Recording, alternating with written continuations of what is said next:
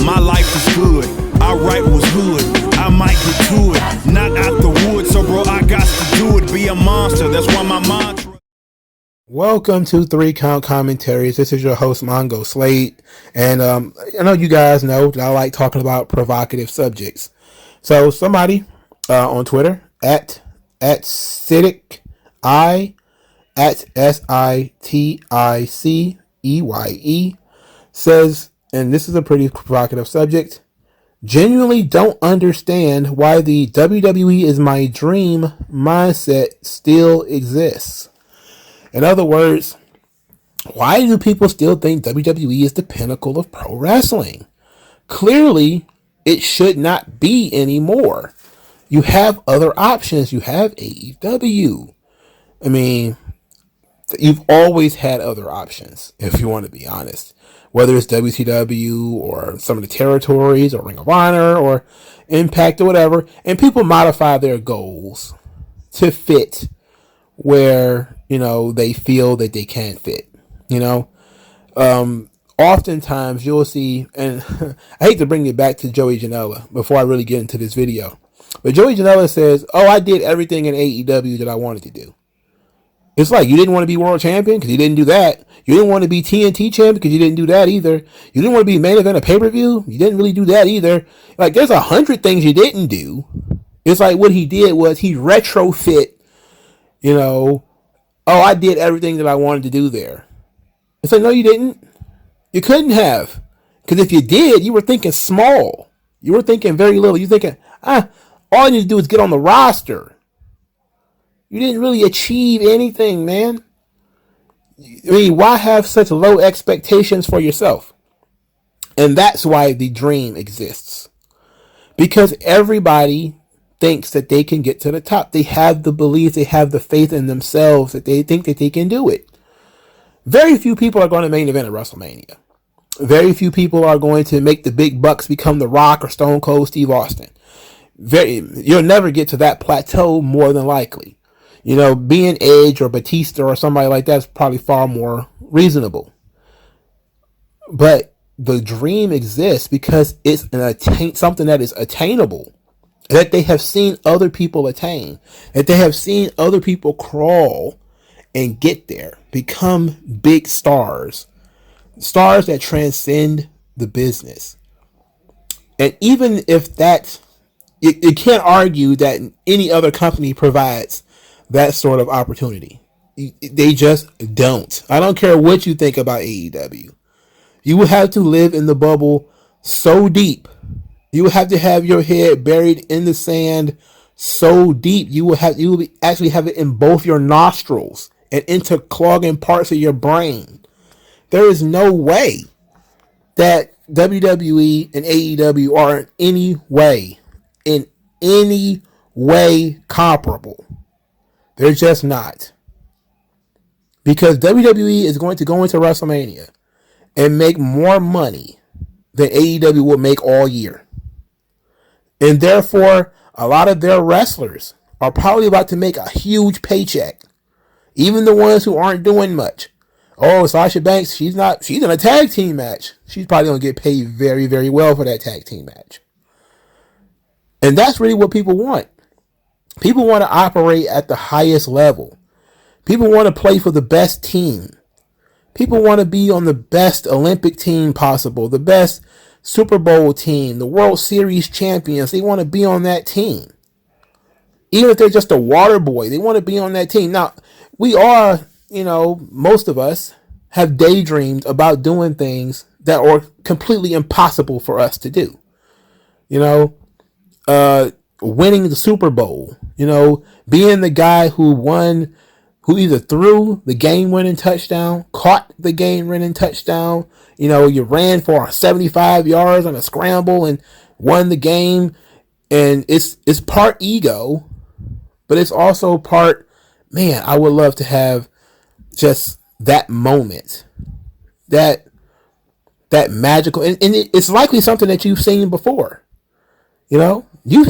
Most of us who have watched a game of football have seen the game-winning Hail Mary. It's very, very rare, but it happens. The game-winning home run, the game-winning goal in soccer. It's very rare, but it happens. And people will spend their entire life chasing that. Very few people will actually become a World Series champion. Anybody who has ever picked up a baseball, and I've picked up a baseball and played it, I was never going to get anywhere near the World Series. Now, I'm not going to retrofit my idea and say, I did everything that I wanted to do in baseball. It's like I had no real interest in baseball. So no, I didn't do everything that I wanted to do in baseball because I really didn't have much of a plan when it comes to baseball. But if I pursued baseball as a career, why wouldn't I want to be viewed as the very best at it, in addition to transcending the sport, in addition to making a lot of money and becoming famous? There's a lot of other things that can go with it. Ego is part of this. These people who truly have no faith in themselves, who shoot low, and this is the oddball thing, is because it's become such a common thing, especially in the wrestling and in the indies, is just be happy where you are. Be happy doing what you're doing, even if you're doing it for 10 years and nothing ever changes for you and you don't really go anywhere. So you see a lot of wrestlers retrofitting their ideas. The Briscoes did it too. We would never want to go to the WWF anyway. It's like, how many times did they really ask you to come up there? I'm guessing the zeros on the check wasn't in the right place. So then you retrofit your idea, and I didn't want to be there anyway. There's a difference between somebody who went there, like Moxley, and got fired or quit because it was too hard. They couldn't deal with it, so they got the hell out of there. Completely different thing. At least they went and tried. Then you got the Young Bucks, the guys who are kind of like, you know what? They maybe offered them the money, but maybe it's not the money that they wanted. And so they retrofit their idea and said, oh, we don't need to go there anyway. We just make our own thing. And now they can prevent anybody else from becoming big stars. You know how that goes. As they do. The Jeff Jarrett syndrome. But for years there has been that. There have been guys who wanted to get in the ring with the best in the world. The dream of wrestling Ric Flair, the dream of wrestling Hulk Hogan. Not just because there's a big paycheck in it for you, but because that's the center of attention. That's the pinnacle. That's where everybody wants to be. And that doesn't change. It doesn't change. There's no football league that probably will ever exist that can create something that has the excitement and the legacy and the size of the Super Bowl. It simply will never occur. Whether it's the XFL, the CFL, the Arena Football League, nothing compares to the Super Bowl. Everybody who puts on a pair of pads has the dream of going to the Super Bowl and winning. And at some point, they're going to fall off. They're not going to make the high school football team. Or they're going to make the high school team, but they're not going to make their college team. They may make the college team, but there's no way they're going to the NFL. They may make it to the NFL, but then they get cut, during the first round of cuts. They get cut during the practice days. Then they maybe make the team, they play a couple of regular season games, and they get cut. Or they they play a couple of seasons, but they're kind of a journeyman. They're not really a superstar. They may play 4 or 5 years in the league, getting cut and then picked up in other places. Journeyman. But everybody kind of looks at Tom Brady and says, what would it be like to be him? If I could be Tom Brady. And not saying Tom Brady specifically, but like Tom Brady. Your name could be Joe Smorgasbord or whatever. There's been 100 quarterbacks that have been in that same category, the Joe Montanas and the Jim Elways and all these guys. They're all individual names. Tom Brady's just one name, bigger than the rest of those names. But people want to be in that conversation. You want to be in the conversation with Jerry Rice. And, and all those guys, the Hall of Fame wide receivers. You want to be in the conversation with Jim Brown and Barry Sanders and Emmitt Smith. Why the fuck else are you playing if you don't really want to be at the pinnacle? To be the best of the best, why else be there? If you don't want to stand on the same stage with some of the guys that you grew up watching, the guys you grew up loving, why else would you play the game? I don't understand it. I don't understand. And you have to put it in terms that people can understand. Because they live in a bubble. And they're obviously quite ridiculous. WWE is the pinnacle of pro wrestling. I don't give a fuck what they call it. It's pro wrestling, and they can redefine it as sports entertainment because they can. The NFL can come out tomorrow and say, we're not calling it football anymore. We're calling it pigskin. And guess what? Everybody's going to call it fucking pigskin because that's what NFL calls it. Because they own the fucking game. You can create a league if you want. Go ahead, create your leagues. Your leagues is not going to compare at all to the NFL. And they ain't got nothing to worry about. All right, so AEW's existence, fine. You know, if you want to, and no doubt, you know, you can have a big platform. Starrcade existed. For some kids who grew up in the South, Starrcade was it. Like, oh, absolutely. You know, I would definitely want to work the main event of Starrcade. That would be fantastic. Work with Ric Flair in the main event of Starrcade, that would be great. But then you hear whispers, the biggest Starrcade pales in comparison to WrestleMania. It just does. You could talk about how much money these Starrcades made. Look at some of the flop WrestleManias. Broke bank. Guys walked away from that joint making a lot of money. And if you're at the top of Starrcade, you're like, oh man, I'm at the top of this mountain. And then you look over to your left, and there's a much bigger fucking mountain. You're like, oh God. If you're a man with any ambition, you're going to look at that mountain and say, maybe I can climb that motherfucker too. I climbed this one. Maybe I can climb that one too. And you're going to try it. If you have any ambition. That's why the dream exists. Because people are ambitious. They want to try different things. They want to try their hand at it. And yes, a lot of them are going to fail. And this comes out, and I forgot to say this, I've got 12 minutes into the video already. But this came out as the new PC class was announced. And a lot of them are young wrestling fans and young independent wrestlers who have a little bit of a background. And, of course, you get the WWE is my dream. Wrestling at WrestleMania is my dream. And, you know, it's kind of corny. But you get why they say it. You know? To be at the pinnacle of the thing that you have chosen to do with your life is the ultimate dream. It doesn't matter. I'm using sports analogies. But you can pick whatever you have chosen to do. If you want to be an artist, you want to be Basquiat. Right? You want to be Michelangelo. You want to paint the next Sistine Chapel. If you're a musician, for fuck's sake, you want to be Michael Jackson. You want to be Prince. You want to be Jimi Hendrix or Bob Marley, or you want to be the Beatles or something. You want to be whatever the height. You know what? You want Beatlemania for yourself. You know, that's kind. You want to be what Elvis was in your own way, because you know. That's what drives you. People who have ambition, when they reach a plateau, they start looking for bigger plateaus. You know, when people first start singing, they start, and you'll see, if you ever do any research, especially on soul singers and black singers, you will see they often will start in the church. They will start singing Christian music. And then they will have a powerful voice, a meaningful voice, and then the temptation of secular music will show up.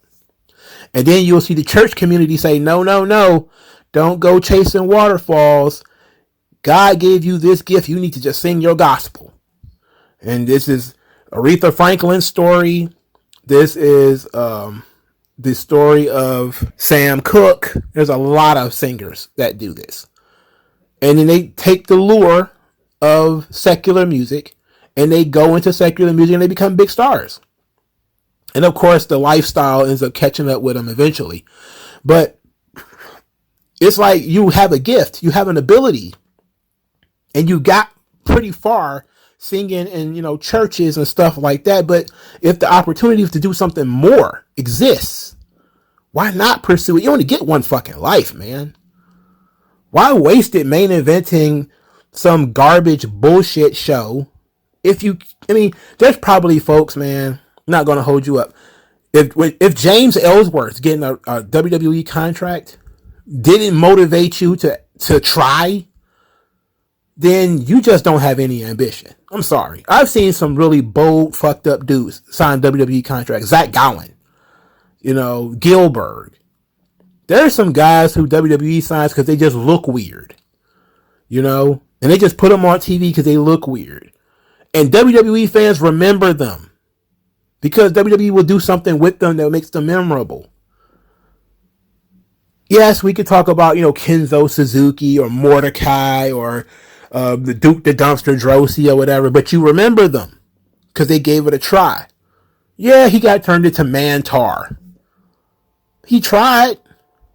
Nobody's going to remember the people who didn't try. Nobody's going to remember the people who didn't make it. That's why the dream exists. Because it's hard. Because becoming the main event of WrestleMania, becoming the next Stone Cold or the next Rock or the next Hulk Hogan or John Cena or Batista or Edge or whatever, it's hard. That's why it's worth doing. Because not everybody can do it. And you want to believe that you can do it. That's why the dream exists. Because it's hard. And everybody who dreams with ambition dreams of doing things hard. Well, let's say, maybe that was the wrong choice of words. Doing things that are difficult. Winning the NBA Finals is difficult. Winning in the World Series is difficult. Winning a world championship in any sport, boxing, MMA, or whatever, it's difficult. It's hard. Some of the best in the world have never done it. There are some great basketball players who have never had any rings whatsoever. I was just watching a video about Miracle Crow Cop and how he tried to become the Pride FC heavyweight champion, and he kept losing. He finally did win a world title, but it was the open weight belt. And he cried because he had finally achieved something. He had finally done something. The guy was known as a huge star in Pride. Great fighter. But he wasn't the best. He never became the best. He never beat the best. That's what he wanted to be. That's why he kept coming back. That's why he wasn't just like, oh, okay, I'll just be happy being Miracle Crow Cop. No, he wants to be the best. And sometimes, especially in the past, there will be boxers who will be willing to say, hey, look, I don't care if I'm undefeated and I get knocked out fighting the world champion. I'm willing to fight the fucking world champion. And if I lose, I lose. But at least I tried. Climb the next mountain. That's what people are trying to do here. That's why these people sign WWE contracts. Because they're hoping that they are the diamond in the rough. The chances are most of the people you watch on TV, WWE TV are going to wash out in 5 years. But it's going to be the exact same thing in the NBA, the exact same thing in the NFL, the exact same thing in the NHL, and in all sports, and in anything that is difficult to do, people are going to wash out. And you're going to sit there and you're going to watch him do it, and you're going to say, oh, he tried. He washed out, but at least he fucking tried. Don't retrofit your idea to, oh, AEW is just as good. Ring of Honor is just as good. It's not, and everybody fucking knows it. The money bears it out. Fucking mid-carders in WWE make more money than main eventers in other places. Why wouldn't you want that for yourself? It's silly. It takes a different kind of ego to say the greatest thing that could possibly occur to me in my field of interest, I will turn away from in exchange for something that's not nearly as good. Because I don't want my ego damaged by trying and failing. There have been guys who have tried and succeeded and still quit in WWE. Danielson and Moxley are two of those guys. They got there. They became main event guys. But again, they climbed that mountain and they saw a new mountain, AEW. They say, oh, okay, I like that. It's a little bit smaller, but it's different. Go climb that one too. You know, go ahead and do your thing. But people are being absolutely stupid. I don't understand why the dream exists. It's because you don't have dreams. You don't have no ambition. You have no soul. The fuck is wrong with you? Get your shit together.